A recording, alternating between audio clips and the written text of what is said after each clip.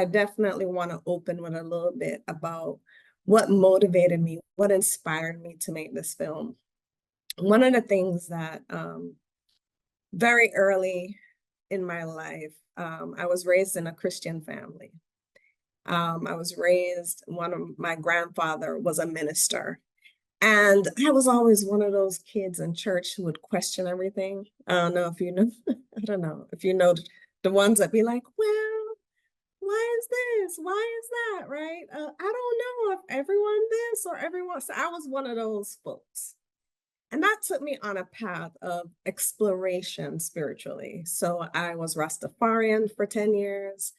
I explored the Nation of Islam. I belong to a Buddhist community now.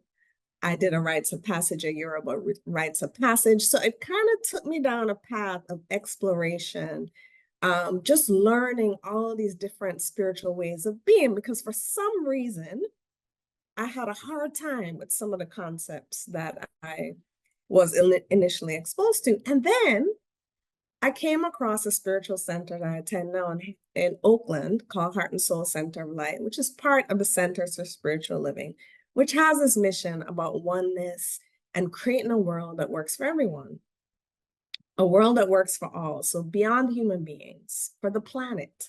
And so I was like, oh, I kind of dig this. I like this idea of being one and us all, seeing each other in our full humanity. And the world around us, there is something up that isn't quite, we're not quite there. And so this time tonight is going to be spent exploring how we could get there. What are the paths, in particular, through religion, faith, and spirituality, that could potentially take us to a world that works for all? And that's really what tonight's about. Imagining liberation, imagining something else, right? And I feel so aligned with what the Center for Black and Indigenous Praxis is doing, because again, it's not really, we need to decenter racism and center liberation. And that's what tonight is about. So I will spend some time presenting clips to you. I think that's the best way to tell the story, is to tell the story through images, through clips, and then to have discussions. I'd like to start at the beginning, where this film came from. And then I'll share a couple ideas with you, and then I'll share a couple clips from my film. And I'll spend and let me hold up and say, these are rough cuts.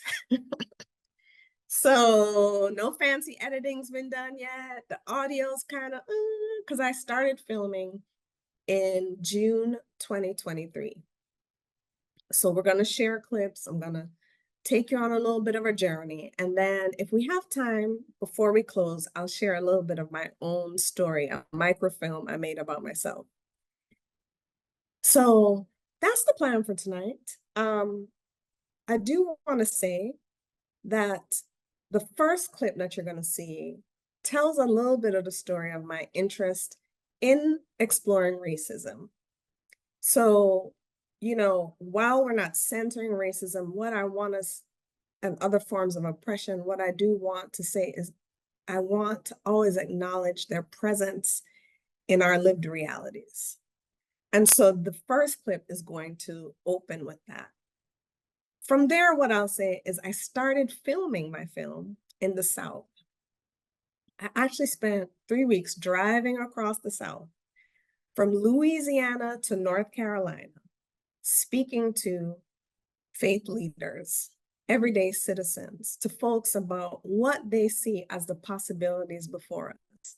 So you're going to meet some of those folks. 2 of those folks are actually CIIS students.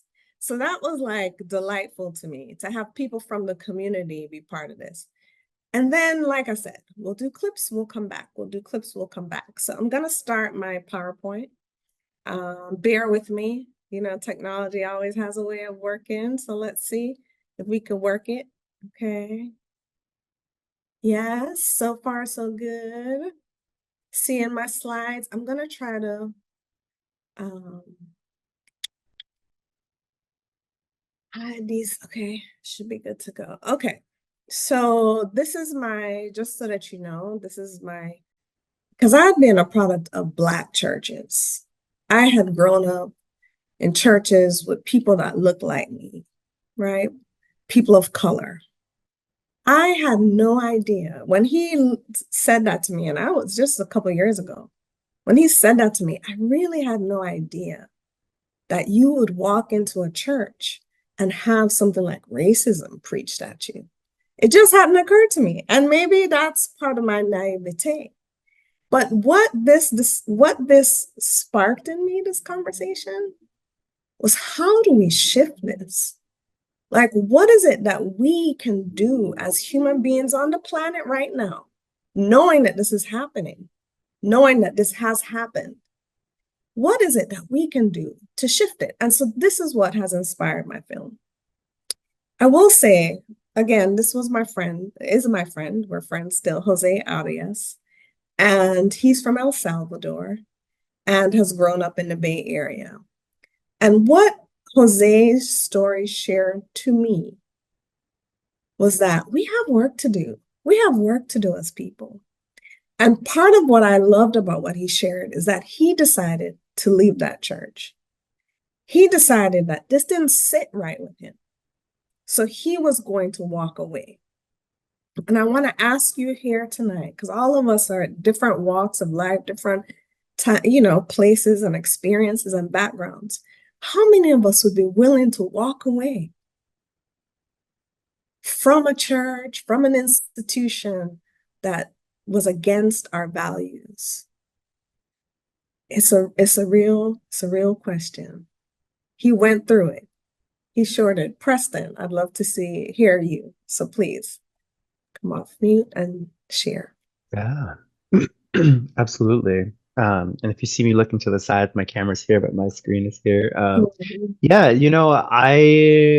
I'm a part of a number of different traditions, and one of them is an ecofeminist tradition, sprung up in second wave feminism. And they're, as maybe in the past 5 or 7 years, as conversations have shifted around gender and gender non-binary, there were a number of women, cis women, who felt that the tradition should, I guess, in many ways, stay trans exclusionary. At the time the term was TERF, so it was like trans exclusionary radical feminist. And they did not want to be called that name because it seemed like, being called a racist and it was like, well, maybe you should open your eco-feminist lens to accept that there are folks that are non-binary, that are trans women, that are trans men. And it was very interesting to see the patriarchal demonization and structure and inflicting harm that many of these feminists had fought against, to see them replaying it, because now the other were folks who were stealing, in their words, stealing womanhood. So, and myself and a number of other folks were very vocal about either this tradition is going to go extinct like the dinosaurs because we are not going to carry it on, or it's going to evolve to be more loving and accepting as, folks originally proposed that it should be. Thank you for that, Preston, because that's the work. Here's the thing, and this is part of what I did when I was filming as well, is I talked to each person who was either a faith leader that is interviewed here or someone who was kind of like a leader in their field. I was sure to ask them, and the majority of them were Black-bodied people, but I was sure to ask them where they stood on the LGBTQIA plus community. Because what I recognize is that we can get so focused on one form of oppression, we can forget that we can become the agents of other forms of oppression. And so for me, it was important not to include anyone in the film who might say, well, I care about, the racism experience in the church, but I don't care about the transphobia and the homophobia that happens in the church. That felt important to me. And so each person, we had these conversations before filming about that, because it's so easy. It's so easy to get focused, very narrowly focused on the thing that matters to one, to you. But if we're creating collective liberation, everyone's pain, oppression, the wounds, the trauma have to matter to us. Because to me, if we're in a theology of love and liberation, no one can be excluded. So thank you for that, Preston. And I'm glad that you're a voice in that space. All right. So what I want to do now is to begin to share a little bit of the film. Again, for anyone who joined late, this is the rough cut. These are the pieces that I put together as I was preparing for my capstone, right? So audio might not be completely right. There's a lot to be done. And I thought I got some good conversations. So I want to share, and what I'm going to do is do about 10 minutes, come back to discuss, 10 minutes, come back to discuss, so that, we can be in the conversation still. But the film is yet to be named. My film company, my production company is Freedom Narratives Films. And the film is yet to be named. So if you have ideas, send them my way. But the interviews you'll see happened in the South, happened a cross-section of faith leaders, everyday citizens, folks who care about moving toward collective liberation. So with that, I will share my screen again and start playing.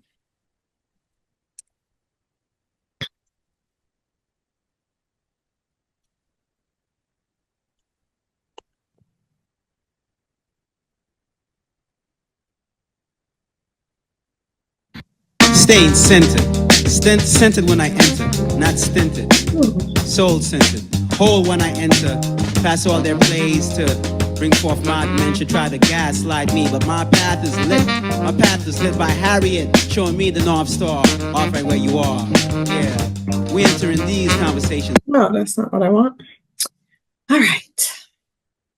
And let me just say that I pulled these images together because I wanted to give a couple images of what I think, I see faith leaders as pouring in, as sharing their words and their interpretations with the folks in their, out in their audiences and their pews and their congregations.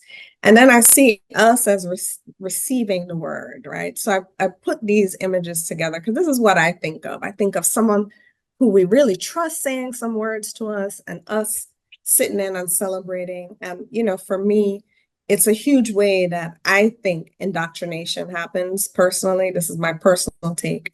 And so I thought, let me put some images together to kind of show how I see what's happening. And now, here I am at the film, and I'll play about 10 minutes. Now, I use what Dr. King says, right? Dr. King said that the end game for, all of the protests and all of that was the beloved community. So that's why we feel that we were inspired, with this idea, because it came out of the George Floyd phenomena. It's like, we felt like many others felt. It's like, we didn't run out in the street to do the protests. It's like, but something else. We got to do something else. Something more is needed, from us right now. And so we started to think deeply about what that was.